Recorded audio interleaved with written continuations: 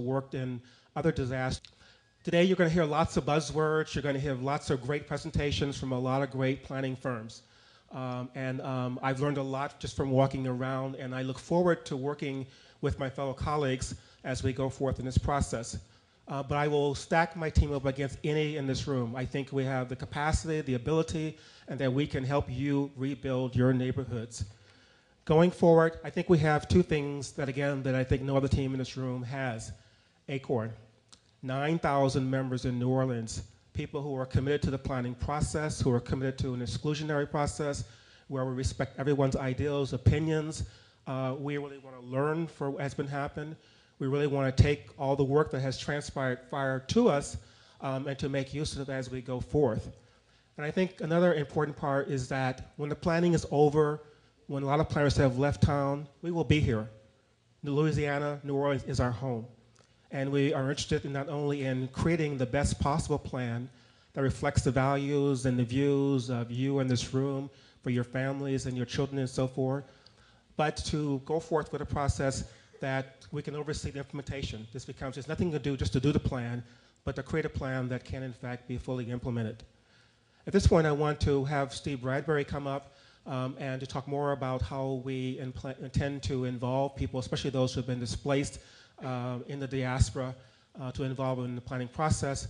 And then he'll be followed by Ron Schiffman, who will talk about our planning principles and how we plan to go about to produce a plan that's going to be a living plan that you, in fact, are part of the planning process going forward. So at this point, I want to ask Steve to come up. Thank you, Richard. Can I stand right here? I don't want to block the... Thank you very much. Good evening, everyone. First, I'd like to thank everybody for coming out. I recognize that this is the Night Out Against Crime, and many of you all would like to be in your neighborhoods with your family and friends, particularly in these times when we're dealing with so much in this city. New Orleans ACORN, as Richard mentioned, is an organization that has, at the time of the storm, 9,000 member families. We've been in the city of New Orleans for 30 years, working in primarily low and moderate income neighborhoods, helping communities to come together to deal with issues that they face in terms of trying to improve their quality of life.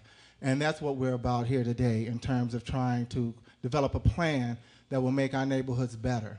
And we have an unmatched ability to make sure that people, one, know what's going on, know where the meetings are going to be, and we have the ability to make sure that people show up and have the ability to participate. One of the things that's very exciting about this opportunity is that not only will we be working with people who are still here in New Orleans, those of us who have come home, but because ACORN is a national organization with over 100 offices across the country, we've been working with people in the diaspora already. Back in October, we formed the ACORN Katrina Survivors Association to make sure that people would be able to receive information about what's going on here in New Orleans, as well as have a way to voice their opinions about what they would like to see happen. We will be working through that group continuously throughout this process. We'll also be working with some of our sister organizations. We have 2 radio stations in the ACORN family that do radio streaming, and we'll be working with them to make sure that meeting information gets out. That's KNON in Dallas, Texas, and KABF in Little Rock, Arkansas. We also have a national newspaper, which will also serve as a medium for getting information to people around the country. Once again, I said that goes out to over 100 offices across the country. The paper actually gets mailed out to individuals' homes. And at this particular time, there's always an inclusion, a sheet that has information about the rebuilding process that's occurring here in the city of New Orleans.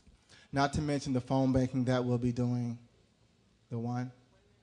Well, I'll tell you what, we're fantastic at outreach, and I'm gonna let Ron get on the microphone. Our 10 minutes is up? Yes. We started 6 minutes in. I know. We got 3 minutes left. We started 1 minute.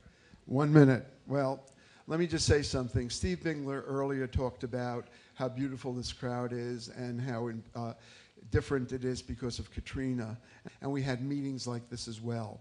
The difference was we could go back to our homes. And it was a 9 or a 13-acre site. You couldn't go back to your homes. The planning team that's coming here from all over the United States to work with ACORN has had experience in working with ACORN on development projects in East New York, in communities throughout the country that were devastated. And we've worked with ACORN Housing to plan, not in a way that is traditionally planning, where people come and tell you what they know, but to sit there with you and learn from you, and you learn from them, and collectively we begin to forge what could be a new plan that builds upon the planning efforts that are already underway.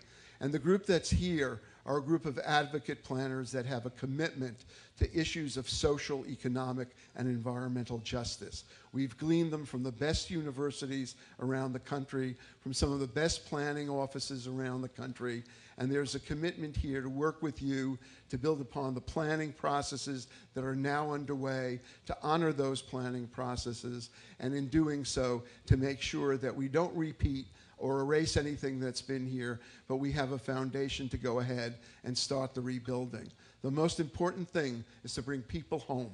And once people are home, we can begin to talk about the infrastructure, we can begin to talk about the visions that people have in the neighborhoods so that we can begin